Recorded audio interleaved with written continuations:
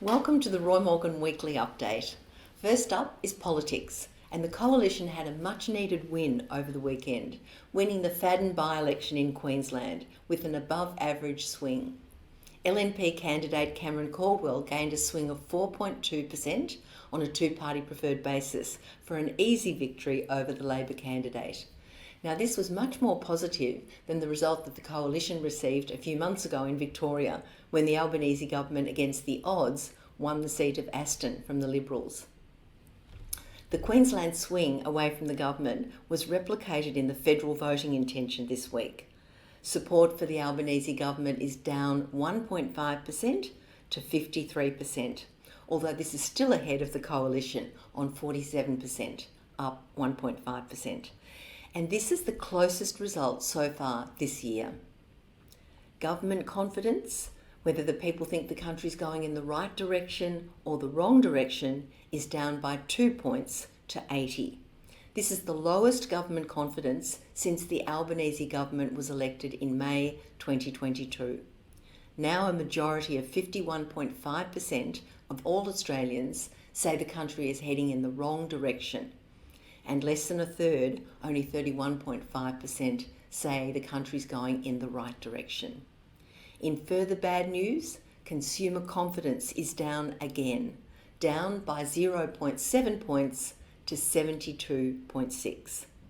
Consumer confidence has now drifted lower for the 3 straight weeks since late June and has now spent 20 weeks below 80 and 6 weeks below the mark of 75. The longest period at these recessionary levels since 1990-91. Consumer confidence by housing status that we've been looking at continues to show people paying off their homes with the lowest consumer confidence at only 68.2, although this was up by 3 points from last week's record low. This week, there were serious drops for renters, down 3.6 points to 71.4, and for homeowners, down 1.7 points to 78.2, all pretty low. There was concerning news on the inflation front this week. Inflation expectations were up 0.1 points to 5.6%. Australians now expect annual inflation to be 5.6% over each of the next 2 years. Now, a look at cinema. And Australians are flocking to movie theatres after the easing of pandemic restrictions. Roy Morgan's latest quarterly data shows that more than 11.6 million Australians went to the cinema in the year to March 2023. That's up over 2.7 million from the comparable period just a year earlier. And cinema attendance is up across all key demographics, but the surge has been driven by women, almost 40% up on last year to 6.1 million women visiting the cinema. Attendance by men was up 23% to over 5.5 million. Now, this week Roy Morgan released in-depth results from 2 important studies into trust and distrust in the real estate and not-for-profit industries. They're worth a look, but just as a sneak preview for real estate. In 2021, Roy Morgan asked Australians which professions they rated as being ethical and honest. And the results were not good for real estate agents. Just 5%, or 1 in 20 Australians, rated real estate as high or very high on ethics and honesty. This was the 3rd lowest of any profession. Only car salesmen and advertising were rated lower. And it seems to be going backwards. Just 5% of Australians rate the real estate profession highly on ethics and honesty, and that's less than half the peak of 12% recorded in 2013.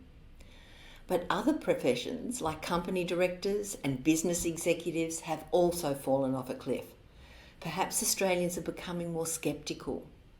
One thing is definitely certain. Reputationally, I would not want to be an executive director at a real estate firm. There's also a fascinating inverse correlation between home ownership and negative perceptions of real estate agents. Disturbingly, it appears that the more interaction people have with real estate agents, the worse their negative perceptions. For example, 84% of people 65 plus who own their own homes, and only 2% consider real estate agents honest and ethical. Next week, I want to share with you Roy Morgan's next gen ethical segmentation. It's set to become a dominant force in digital marketing. So stay tuned. And that's a wrap for this week. Subscribe free to our Roy Morgan YouTube channel for all the latest political, economic and market research data and insights. Thanks for listening today, and I look forward to bringing you the latest next week. Take care. We'll see you next Tuesday.